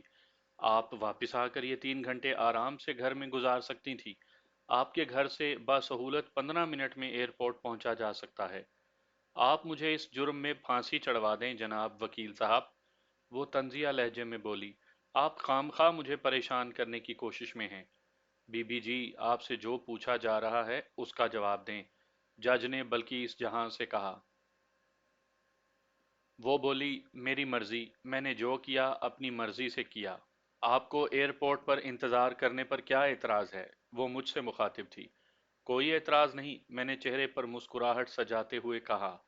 محترمہ بلکیس جہاں، جب آپ ایئرپورٹ پر جانے کے لیے روانہ ہو رہی تھی، اس وقت مقتول کیا کر رہا تھا؟ وہ سو رہے تھے۔ رات بھر وہ شدید بے چینی میں مبتلا رہے تھے۔ کوئی 4 بجے تو ان کی آنکھ لگی تھی۔ اس کے لہجے میں بیزاری عیاں تھی۔ آپ نے گھر سے نکلتے وقت انہیں اپنی روانگی کے بارے میں مطلع کیا تھا؟ میں نے انہیں جگانا مناسب نہیں سمجھا تھا۔ میں نے اپنے سوالات کا زاویہ تبدیل کرتے ہوئے پوچھا، محترمہ بلکیس جہاں، جس خنجر سے آپ کے شوہر کو قتل کیا گیا، آپ کے بقول وہ خنجر ملزم میرو کی ملکیت ہے۔ پولیس کو آپ نے یہی بیان دیا تھا۔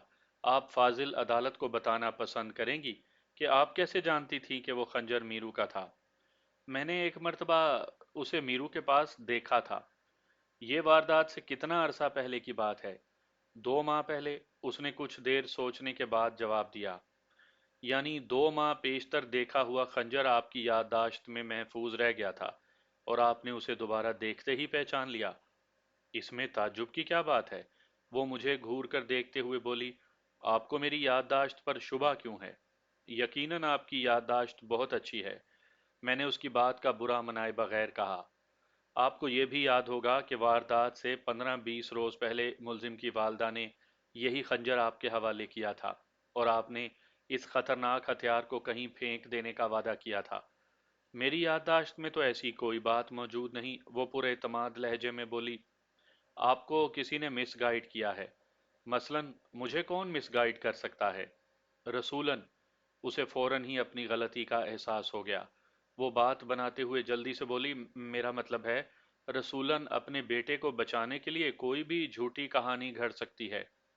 محترمہ بلکیس جہاں، پولیس نے اپنی رپورٹ میں قتل کا محرک محبت اور رقابت کو قرار دیا ہے۔ آپ کا اس بارے میں کیا خیال ہے؟ آبجیکشن یور آنر، وکیل استغاثہ کا پیمانہ صبر لبریز ہو چکا تھا۔ وکیل صفائی ایک باعزت خاتون پر کیچڑ اچھالنے کی کوشش کر رہے ہیں۔ میں نے ایسی کوئی کوشش نہیں کی جناب اعلیٰ، میں نے جج کی جانب روئے سخن موڑتے ہوئے کہا۔ میں نے پولیس کے موقف کا ذکر کیا ہے۔ کوئی شخص بلا جواز قتل جیسے سنگین جرم کا ارتکاب نہیں کرتا۔ ہر قتل کے پس منظر میں کوئی نہ کوئی محرک موجود ہوتا ہے۔ پولیس نے میرے موکل کو قاتل ٹھہرایا ہے۔ قتل کے محرک پر بات کرنے سے بلکیس جہاں کی ہتک عزت کا کوئی پہلو نہیں نکلتا۔ فاضل وکیل سے میری استدعا ہے کہ وہ اپنی توانائی کو بچا کر رکھیں۔ انہیں بھی عدالت پورا پورا موقع دے گی۔ ابھی تو انہیں ملزم اور صفائی کے گواہوں پر جرا کرنا ہے۔ بیگ صاحب، آپ سوالات کا سلسلہ جاری رکھیں، جج نے گھڑی کی جانب دیکھتے ہوئے کہا۔ مجھے خود احساس تھا اور میری کوشش تھی کہ کم وقت میں زیادہ سے زیادہ کام نمٹا دوں۔ میں نے آج کی سماعت کے لیے خوب اچھی طرح تیاری کر رکھی تھی۔ ایڈوکیٹ فیروز چغتائی سے ملاقات کے بعد میں خود کو خاصا پرسکون محسوس کر رہا تھا۔ مجھے امید تھی کہ میں جلد یا بدیر اپنے موکل کو بے گناہ ثابت کرنے میں کامیاب ہو جاؤں گا۔ فیروز چغتائی کے خدشات اور رسولاً کی فراہم کردہ معلومات کی روشنی میں اب تک میں خاصی تحقیق کر چکا تھا اور اس کیس کی گمشدہ کڑیاں تلاش کرنے میں کامیاب رہا تھا۔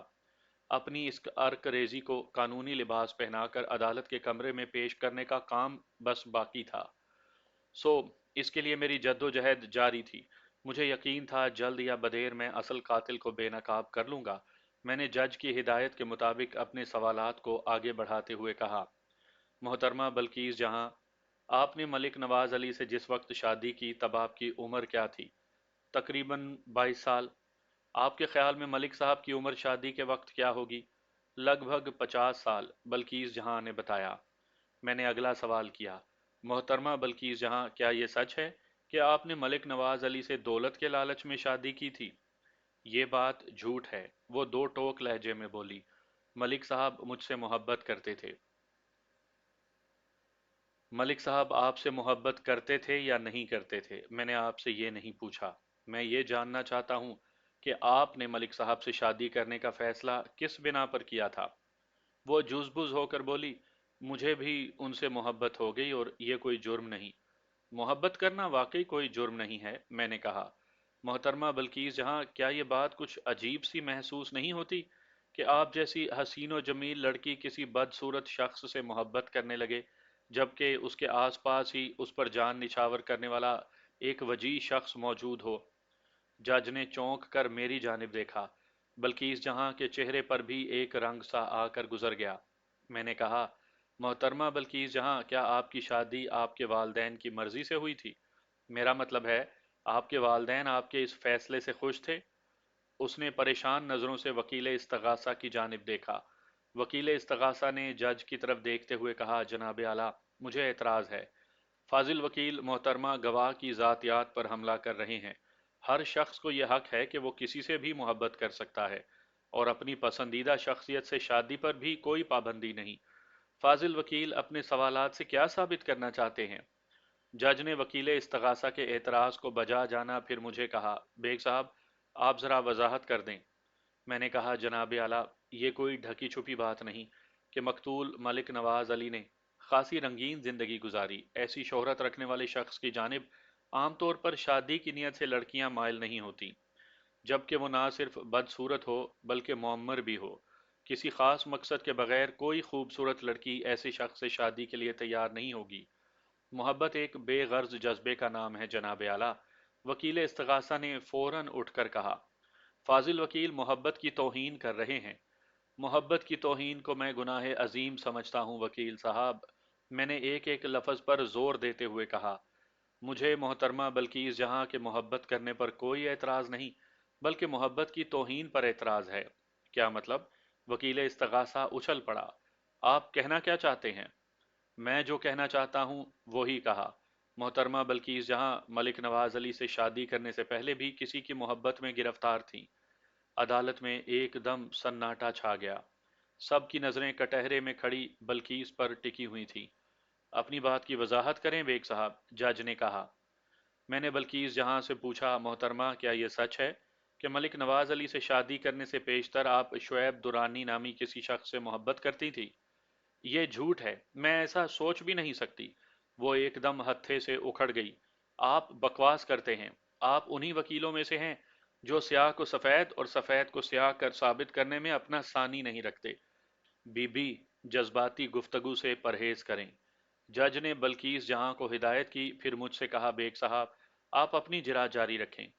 میں نے محسوس کیا تھا کہ جب میں نے بلقیس جہاں کی شادی کا تذکرہ چھیڑا تھا، جج خصوصی طور پر اس میں دلچسپی لے رہا تھا۔ میں نے بلقیس جہاں کی جانب رخ پھیر کر کہا، محترمہ بلقیس جہاں، کیا یہ سچ ہے کہ 9 جنوری کی رات شعیب درانی آپ کے بنگلے پر موجود تھا؟ اس میں حیرت کی کیا بات ہے؟ وہ اکثر و بیشتر ہمارے گھر پر آتا رہتا تھا۔ جب سے ملک صاحب بیمار رہنے لگے تھے، وہ باقاعدگی سے فیکٹری نہیں جا پاتے تھے، اس لیے مجبوراً شعیب کو ضروری ہدایات کے لیے گھر آنا پڑتا تھا۔ آپ ہمارے مینیجر کے پیچھے کیوں پڑ گئے ہیں وکیل صاحب؟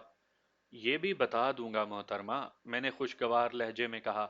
آپ یہ بتائیں کہ 9 جنوری کی رات شعیب درانی کتنے بجے تک آپ کے بنگلے پر رہا تھا؟ ڈنر اس نے ہمارے ساتھ ہی کیا تھا، میرا خیال ہے کہ وہ کوئی 11 ساڑھے 11 بجے رخصت ہوا ہوگا۔ محترمہ بلقیس جہاں، آپ ملک صاحب کے کاروبار سے بڑی حد تک واقفیت رکھتی ہیں۔ شادی سے پہلے آپ ان کی سیکٹری بھی رہ چکی ہیں۔ کیا آپ بتانا پسند فرمائیں گی کہ شعیب درانی کو ملک صاحب کتنی تنخواہ دیتے تھے؟ 30,000، بلقیس جہاں نے جواب دیا۔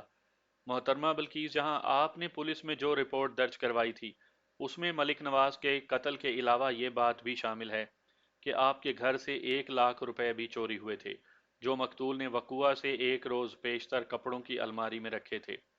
آپ بتا سکتی ہیں کہ اتنی بڑی رقم یوں ہی کپڑوں کی الماری میں کیوں رکھ دی گئی تھی؟ آپ کے لیے تو یہ بہت بڑی رقم ہوگی، وہ رونت سے بولی، اور آپ کے سوال کا مناسب جواب تو ملک صاحب ہی دے سکتے تھے۔ ملک صاحب جواب دینے کے قابل ہوتے تو پھر اس کھٹ راگ کی ضرورت ہی کیا تھی؟ میں نے معنی خیز نظروں سے بلکیس جہاں کی طرف دیکھتے ہوئے کہا۔ محترمہ بلکیس جہاں، آپ سے میرا آخری سوال، ذرا سوچ سمجھ کر جواب دیجیے گا۔ میں نے بلکیس جہاں کے چہرے پر نظریں جما دیں۔ 10 جنوری کی تاریخ میں شعیب درانی نے اپنے اکاؤنٹ میں 1 لاکھ روپے جمع کروائے تھے۔ آپ اس بارے میں کچھ بتانا پسند کریں گی؟ یہ تو آپ شعیب درانی ہی سے پوچھیں۔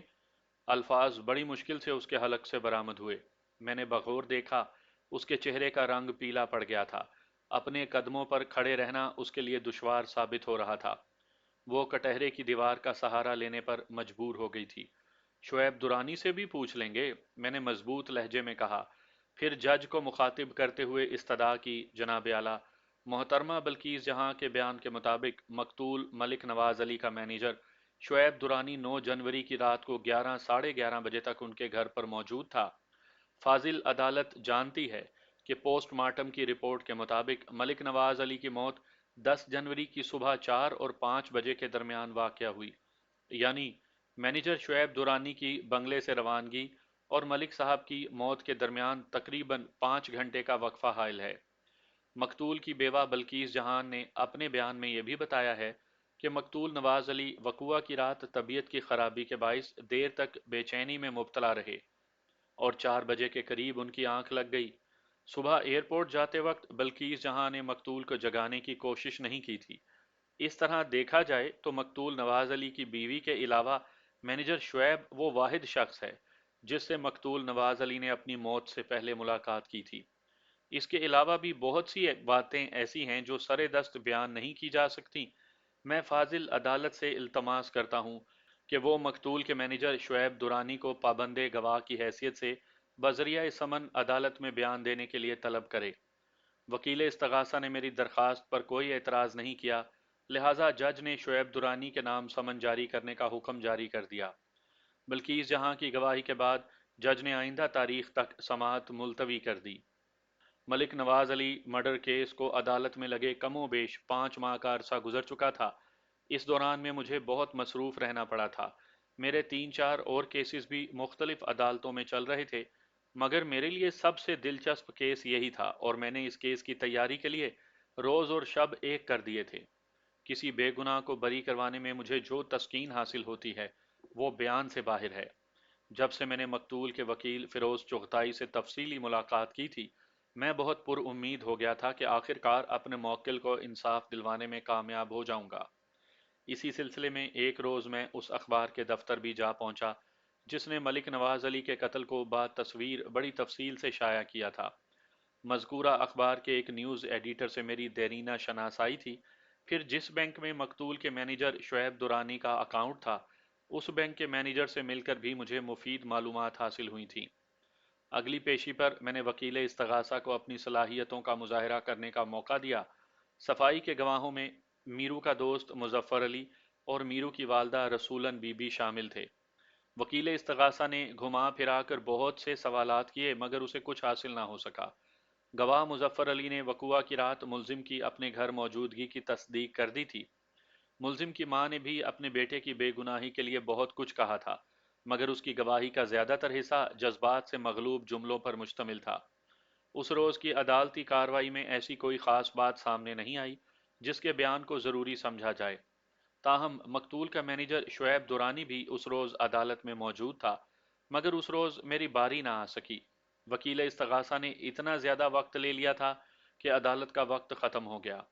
میں نے جج سے درخواست کی کہ آئندہ پیشی پر میں شعیب درانی پر جرح کرنا چاہتا ہوں۔ جج نے 1 ماہ بعد کی تاریخ دے دی۔ 1 ماہ بعد میں پھر اسی عدالت میں موجود تھا۔ اس کیس کے باقی کردار پہلے سے وہاں موجود تھے۔ میں نے اپنی حاضری لگائی اور پیشکار سے اپنے نمبر کے بارے میں دریافت کیا۔ مجھے معلوم ہوا کہ دوسرا نمبر ہمارا ہے۔ اسی دوران میں ملزم میرو بھی تفتیشی افسر کی زیر نگرانی عدالت میں آ پہنچا۔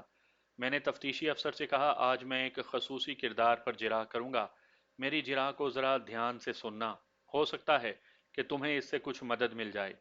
جانے دیں وکیل صاحب، وہ طنزیہ لہجے میں بولا، آپ ہمیں ہمارا کام سکھانے کی کوشش نہ کریں، ہمارا کام مکمل ہو چکا ہے، آپ ہمیں مشورہ دینے کے بجائے عدالت میں زور آزمائی کریں، شاید کوئی بات بن جائے۔ ویسے جج صاحب آپ کی لچھے دار باتوں سے متاثر ہونے والے نہیں، ہم نے بڑا زوردار چالان پیش کیا ہے۔ اچھا، میں نے مسکراتے ہوئے حیرت کا اظہار کیا۔ چلو ٹھیک ہے، جیسے تمہاری مرضی۔ عدالتی کاروائی کا آغاز ہوا تو چپڑاسی نے برآمدے میں جا کر آواز لگائی، شعیب درانی ولد مجیب درانی عدالت میں حاضر ہو۔ چند لمحوں کے بعد شعیب درانی عدالت کے کمرے میں داخل ہوا اور کٹہرے میں جا کر کھڑا ہو گیا۔ دوسرے کٹہرے میں ملزم میرو پہلے سے موجود تھا۔ وکیل استغاثہ بھی آ چکا تھا۔ شعیب درانی کا مختصر بیان ہوا تو جج نے مجھے جرح کا اشارہ کیا۔ میں نے آگے بڑھ کر کہا، شعیب درانی صاحب، وقوعہ کی رات آپ اپنے باس سے کس سلسلے میں ملنے آئے تھے؟ سلسلہ کیا ہوگا، ظاہر ہے میں ان کا مینیجر تھا، کام ہی کے سلسلے میں آیا تھا۔ میں کام کی نوعیت کے بارے میں پوچھ رہا ہوں۔ اس نے بتایا کچھ ضروری کاغذات پر ملک صاحب کے دستخط ہونا ضروری تھے۔ ملک صاحب چند روز سے فیکٹری نہیں جا رہے تھے، اس لیے مجھے خود حاضر ہونا پڑا۔ شعیب درانی صاحب، جس رات ملک نواز علی کو قتل کیا گیا، اس روز آپ کتنے بجے ان کے گھر پہنچے تھے؟ شام 6 بجے۔ آپ کی روانگی کتنے بجے ہوئی تھی؟ غالباً 11 بجے کا وقت تھا۔ شعیب درانی صاحب، آپ مقتول کے ملازم تھے، انہوں نے آپ کو اپنی فیکٹری کا مینیجر بنا رکھا تھا، کیا اس کے علاوہ بھی آپ کا مقتول سے کوئی تعلق تھا؟ نہیں، ہمارے درمیان صرف مالک اور ملازم کا ہی تعلق تھا، وہ قطعیت سے بولا۔ اس کے باوجود بھی آپ اکثر و بیشتر ان سے گھر پر ملاقات کے لیے آتے رہتے تھے؟ وہ بیزاری سے بولا، میں اس کی وجہ بتا چکا ہوں۔ شعیب درانی صاحب، آپ وقوعہ کی رات لگ بھگ 5 گھنٹے مقتول کے گھر پر رہے، آپ عدالت کو بتائیں گے کہ کاغذات پر دستخط کے بعد اتنی دیر کیوں لگ گئی؟ اس کے چہرے پر پریشانی کے تاثرات نمودار ہوئے۔ وہ بولا، دستخط تو چند منٹوں میں ہو گئے تھے، ملک صاحب نے مجھے ڈنر کے لیے روک لیا تھا، پھر باتوں باتوں میں وقت گزرنے کا احساس ہی نہیں ہوا اور 11 بج گئے۔ شعیب درانی صاحب، کیا آپ کی مقتول کے ساتھ ایسی بے تکلفی تھی کہ وہ ڈنر پر آپ کو روک لیں؟ وہ بہت ہمدرد اور خوش اخلاق انسان تھے، میرے ساتھ بڑے حسن سلوک سے پیش آتے تھے، گویا آپ اکثر دیر دیر تک ان کے گھر پر رکتے تھے۔ جی ہاں۔ وہ میرے سوال پر گڑبڑا گیا، پھر ذرا سنبھل کر بولا، ایسا کبھی کبھار ہی ہوتا تھا، عام طور پر میں زیادہ دیر ان کے پاس نہیں رکتا تھا۔ شعیب درانی صاحب، آپ نے عدالت کو بتایا کہ وقوعہ کی رات ملک نواز علی سے گفتگو کے دوران میں آپ کو وقت گزرنے کا احساس ہی نہیں ہوا، یعنی آپ تقریباً 5 گھنٹے تک ان سے باتیں کرتے رہے۔ یہ بات بھی آپ اچھی طرح جانتے ہیں کہ ان دنوں ملک صاحب کی طبیعت ناساز رہنے لگی تھی اور وہ بہت کم فیکٹری جاتے تھے، اس لیے آپ کو بار بار ان کے بنگلے پر آنے کی زحمت اٹھانا پڑتی تھی۔ آپ فاضل عدالت کو بتانا پسند کریں گے کہ ایسی کون سی دلچسپ باتیں تھیں جو ختم ہونے کا نام ہی نہیں لے رہی تھی، اور ملک صاحب بھی خراب طبیعت کے باوجود ان باتوں میں مگن تھے؟ وہ تھوک نگل کر بولا، ملک صاحب مارکیٹ میں ایک نئی پروڈکٹ لانا چاہ رہے تھے، ہماری فیکٹری میں سلک، جارجٹ اور ٹیشو تیار کیا جاتا ہے۔ اب ملک صاحب نے ایک نئے نام کا کپڑے کی تیاری کا منصوبہ بنایا تھا، ہم اسی سلسلے میں گفتگو کر رہے تھے۔ میں نے اچانک سوال کیا، شعیب درانی صاحب، بلقیس جہاں آپ کو کیسی لگتی ہیں؟ اس کے چہرے پر ایک رنگ سا آ کر گزر گیا۔ وکیل استغاثہ نے تیزی سے کہا، جناب اعلیٰ، مجھے اعتراض ہے، فاضل وکیل مقدمے کی اہم گواہ کی توہین کر رہے ہیں اور غیر ضروری سوال کر کے عدالت کا قیمتی وقت ضائع کر رہے ہیں۔ جج نے وکیل استغاثہ کے اعتراض کو درست تسلیم کرتے ہوئے مجھے کہا، بیگ صاحب، آپ ٹو دا پوائنٹ سوال کریں۔ میں نے جج کی ہدایت کو مد نظر رکھتے ہوئے سوال کیا، شعیب درانی صاحب، آپ وقوعہ کی رات ملک صاحب کے بنگلے سے رخصت ہونے کے بعد کہاں گئے تھے؟ ظاہر ہے مجھے اپنے گھر ہی جانا تھا، اور کہاں گیا؟ اس نے الٹا مجھے سوال کیا۔ جج نے اسے تنبیہ کرتے ہوئے کہا، بیگ صاحب نے جو پوچھا ہے اس کا جواب دیں۔ وہ بولا، میں اپنے گھر گیا تھا۔ شعیب درانی صاحب، آپ کی رہائش کس علاقے میں ہے؟ ناظم آباد میں۔ آپ کتنے بجے گھر پہنچے تھے؟ فجر کی اذان ہو رہی تھی، صحیح وقت کا مجھے اندازہ نہیں، وہ روانی میں کہہ گیا۔ اور اگر ایسا نہیں تھا تو اس کی ڈھٹائی دیدنی تھی۔ شعیب درانی صاحب، پی ای سی ایچ ایس سے نازم آباد پہنچنے کے لیے زیادہ سے زیادہ 45 منٹ درکار ہوتے ہیں۔ آپ بتانا پسند کریں گے کہ آپ کو یہ فاصلہ طے کرنے کے لیے تقریباً 7 گھنٹے کیوں لگ گئے؟ کیا آپ نے یہ سفر پیدل طے کیا تھا؟ جی ہاں، یوں ہی سمجھ لیجئے، وہ جھنجھلاہٹ آمیز لہجے میں بولا۔ اس کے چہرے پر آ کر گزرنے والے رنگ سے اندازہ ہو گیا تھا کہ اسے اپنی غلطی کا احساس ہو چکا تھا، مگر وہ مکاری سے اپنی بات نبھانے پر تل گیا تھا۔ آپ سے جو کچھ پوچھا جا رہا ہے اس کا جواب دیں، جج نے سرزنش کی۔ غریب آباد کے قریب اچانک میری گاڑی بند ہو گئی تھی۔ میں دیر تک اسے سٹارٹ کرنے کی ناکام کوشش میں لگا رہا، پھر قریب کے پیٹرول پمپ پر بھی گیا، مگر کہیں بھی کوئی مکینک دستیاب نہیں ہو سکا۔ اسی دوران میں پولیس کی ایک گاڑی وہاں آ گئی۔ دفتر کی گاڑی میں کاغذ پورے نہیں تھے، وہ مجھے دھمکیاں دینے لگے اور آخر میری جامعہ تلاشی لے کر جیب سے 400 روپے نکال کر لے گئے۔ میں بہت دیر تک وہاں پریشان رہا، آخر سبزی منڈی سے آنے والی ایک سوزوکی کے ڈرائیور کی مدد سے اپنی گاڑی کو باندھ کر گھر پہنچا تو مسجدوں سے اذان کی صدائیں آ رہی تھیں۔ اس نے رک رک کر سوچنے کی اداکاری کرتے ہوئے ایک مربوط کہانی گھڑ ڈالی۔ میں نے پوچھا، شعیب درانی صاحب، آپ کو ملک صاحب کی موت کے بارے میں کب پتہ چلا؟ دوپہر میں بلکیز جہاں صاحبہ نے فون پر بتایا تھا۔ آپ نے وہ فون کال کہاں ریسیو کی تھی؟ میرا مطلب ہے، آپ اس وقت کہاں تھے جب آپ کو ملک صاحب کی موت کی خبر ملی؟ اس نے بتایا، میں اس وقت فیکٹری میں تھا۔ آپ عموماً کتنے بجے فیکٹری میں پہنچتے ہیں؟ 10 بجے تک، وہ بے ساختہ بولا، پھر اپنے بیان میں اضافہ کیا، لیکن 10 جنوری کو میں 11:30 بجے پہنچا تھا۔ رات بھر کی بیگار کے بعد ایسا سویا کہ 10 بجے سے پہلے آنکھ ہی نہ کھل سکی۔ شعیب درانی صاحب، ملک صاحب آپ کو کتنی تنخواہ دیتے تھے؟ 30,000 روپے، اس نے بتایا، پھر بولا، اس کے علاوہ بھی ملک صاحب 5,000 روپے ماہانہ بصورت چیک دے دیا کرتے تھے، جس کا سیلری رجسٹر سے کوئی تعلق نہیں تھا۔ ملک صاحب نے ہدایت کر رکھی تھی کہ میں اس رقم کا ذکر دوسرے ملازمین سے نہ کروں۔ لوہا گرم ہو چکا تھا، میں نے ایک بھرپور چوٹ لگائی۔ شعیب درانی صاحب، 10 جنوری کو آپ کے اکاؤنٹ میں 1,00,000 روپے جمع کروائے گئے تھے، اس کے بارے میں آپ کچھ بتانا پسند کریں گے؟ وہ رٹو طوطے کی طرح فر فر بولا، وہ ملک صاحب نے مجھے دیے تھے۔ اس کی پیشانی پر خنکی کے باوجود پسینے کی ننھی ننھی بوندیں ابھر آئی تھیں۔ کس مقصد کے لیے؟ ہمیں 11 جنوری کو ایک پارٹی کو پیمنٹ کرنا تھی، وہ کمزور آواز میں بولا۔ نئے سوال نے اسے بڑی حد تک اعتماد سے محروم کر دیا تھا۔ شعیب درانی صاحب، جو رقم کسی پارٹی کو دی جانے والی تھی وہ آپ کے اکاؤنٹ میں کیسے پہنچ گئی؟ میرا مطلب ہے، اگر رقم کو بینک میں جمع کروانا ہی مقصود تھا تو اسے یقیناً فیکٹری کے اکاؤنٹ میں جمع ہونا چاہیے تھا۔ اب وہ بری طرح پریشان نظر آنے لگا۔ میں نے یہ بات خاص طور پر نوٹ کی تھی کہ جج بڑی دلچسپ نظروں سے گواہ شعیب درانی کو دیکھ رہا تھا۔ میں نے سوالات کا سلسلہ جاری رکھا۔ شعیب درانی صاحب، آپ نے کچھ دیر قبل فاضل عدالت کو یہ بات بتائی تھی کہ وقوعہ کی رات ملک صاحب کے بنگلے سے واپسی کے دوران میں غریب آباد کے نزدیک چند پولیس والوں نے آپ کو گھیر لیا تھا اور آپ نے 400 روپے دے کر جان چھڑائی تھی۔ پولیس والے جب کسی کو گھیرتے ہیں تو ٹھیک ٹھاک طریقے سے اس کی تلاشی بھی لیتے ہیں۔ 1,00,000 کی رقم ان کی تلاشی سے کیسے بچ گئی؟ وہ اچھا خاصا نروس ہو چکا تھا۔ میں نے دیکھا کہ اس کی آنکھوں سے خوف جھلک رہا تھا۔ وہ منمنائی ہوئی آواز میں بولا، میں نے وہ رقم گاڑی کی ڈرائیونگ سیٹ کے نیچے چھپا دی تھی۔ آج کل شہر میں راہزنی کی وارداتیں بہت ہوتی ہیں۔ میں نے حفاظت کے نقطۂ نظر سے رقم اپنی پاس نہیں رکھی تھی اور میری بر وقت احتیاط کام آ گئی اور رقم ضائع ہونے سے بچ گئی۔ میں نے اگلا سوال کیا، ہاں واقعی آپ نے ٹھیک کہا، وہ رقم ابھی تک آپ کے اکاؤنٹ میں محفوظ ہے۔ اس نے امداد طلب نظروں سے بلقیس جہاں کی طرف دیکھا۔ بلقیس جہاں اسے اپنی جانب دیکھتے ہوئے پا کر دوسری طرف دیکھنے لگی۔ میں نے دونوں کی مشکل آسان کرتے ہوئے جج کو مخاطب کیا، جناب اعلیٰ، میں فاضل عدالت سے استدعا کرتا ہوں کہ وہ ملزم امیر بخش عرف میرو اور گواہ شعیب درانی کو حکم دے کہ وہ ایک کاغذ پر دستخط کر کے آپ کے حوالے کریں۔ میری اس عجیب و غریب فرمائش پر وکیل استغاثہ چپ نہ رہ سکا۔